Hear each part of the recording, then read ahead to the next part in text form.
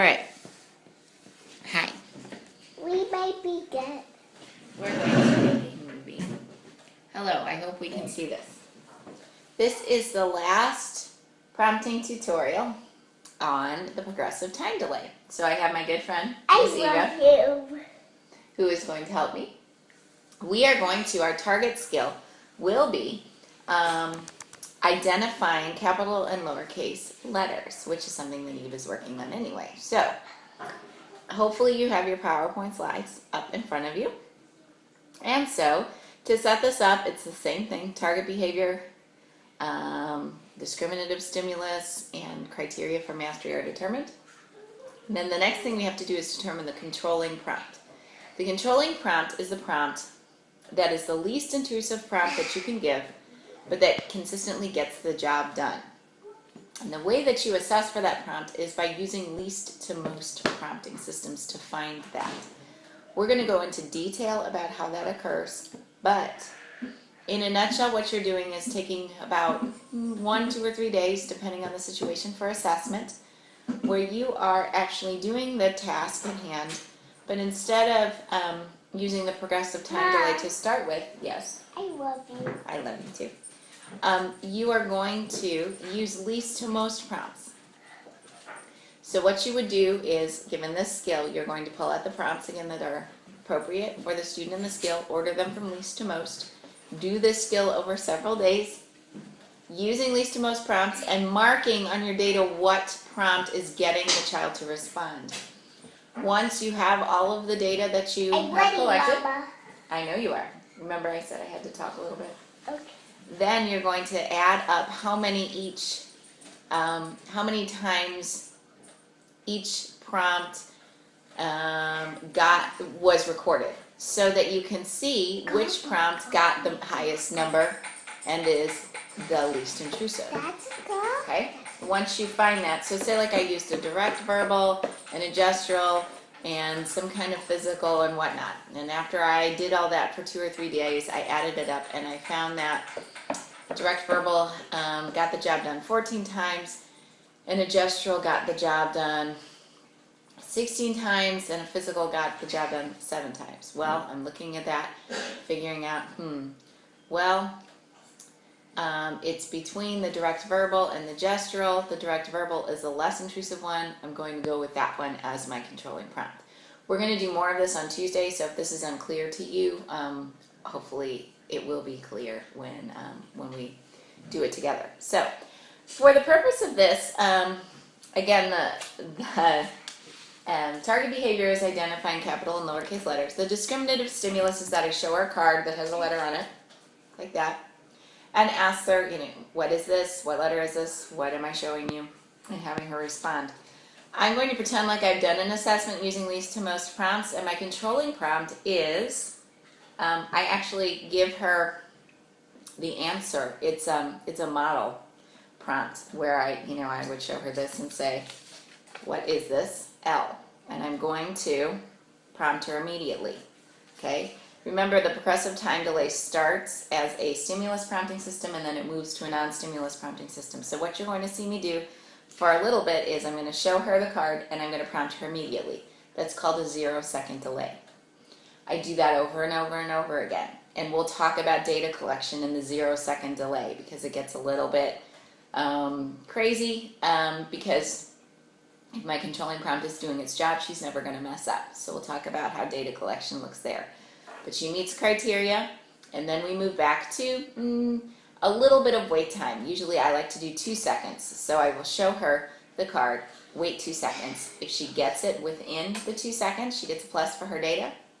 If she doesn't, then I prompt her, giving her the controlling prompt. And then we move on, and I mark that as that it was a prompted answer. Once we meet criteria at the 2-second delay, then I'm going to back the delay off a little longer. So I might be waiting 4 seconds or 5 seconds. I usually, for a typical kid, I will do 0 seconds to 5, then maybe 7 or 8 seconds if I need to, but usually after I've increased to 5 seconds, then they're pretty much doing it on their own. I So love my mom. she loves her mama. So now we're going to do it. Are you ready? Uh-huh. Okay. So I'm going to show you, remember I told you I'm going to show you the letter and I'll give you the answer to start? Okay. Okay, you ready? What is this? S. S. Good job. What letter is this? V. V. Good girl. What letter is a W? Now in my data, do you see how she's anticipating? That's how you take data at a 0 second. If I see that she's saying it with me, that gets a plus. If she says it after I prompt, she gets a minus. What letter is this? H. H. Good. So that would get a minus or a P because it's prompted. C. C. Okay. What's this? J. J. Good. So we do that over and over and over again. And I would rack up my data until she met criteria, whatever criteria I set. Once she did, then I would extend my delay to 2 seconds. So now you're going to see me show her the card and wait 2 seconds before I give her a prompt. What letter is this? Q. Q. There you go. So that is a prompt. What is this? F. Okay, that's a plus. What letter is this? B. B. Good. What is this? L. L. So good. What am I holding? J. Yay. C. C. I can't even get them up. Which is this one? H. H. Good. That's a prompted one. What's this? W. Good girl. Which one is this? V. V. What's that? S. S. So you see how that works. You're holding it up. If she responds, she gets a plus. If she doesn't, you are counting to 2 in your head, and then you're delivering the prompt. I gotta find her some harder letters here. No looking, no peeking. Silly goose. Let's do some of these. These are confusing. Now I'm going to extend. She meets criteria. We're going to extend to 5-second prompt. It works the same way. I show her the card. I ask her, what is this? Now I'm waiting for 5 seconds before I'm prompting. What letters are hard for you? V. Oh, here's the hard one. Okay, let's try these. So let's see if she'll give me a chance. All right, you ready? What's this? Y. Y. Good. What am I holding? P. No. What am I holding? D. D. Good. There was an error correction. We'll get into that later. I'm getting P for D. Which one is this? B. Good girl. What's that? Z. Z. Oh my goodness, I have to think of something that you don't know. What is that? E. Hey, E starts with Eva. E starts with Eva. That's right. Which one is that?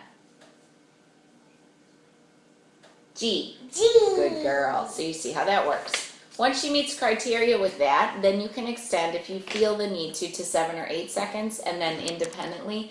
But usually if a child can go 0 to 5, we're pretty good. For kids who have more significant disabilities, you might need to back up a little further. You hold that while I tell her? Okay. We are about done. Do you want to say anything to your fans out there? I love my mama. Can you do the Rapunzel thing when you make a promise? I promise. And when I promise something, I never, ever break that promise. She never ever breaks that promise. So you better watch out, right? Okay, high five. Awesome, girl. Now let's do this one. Okay, let me turn this off.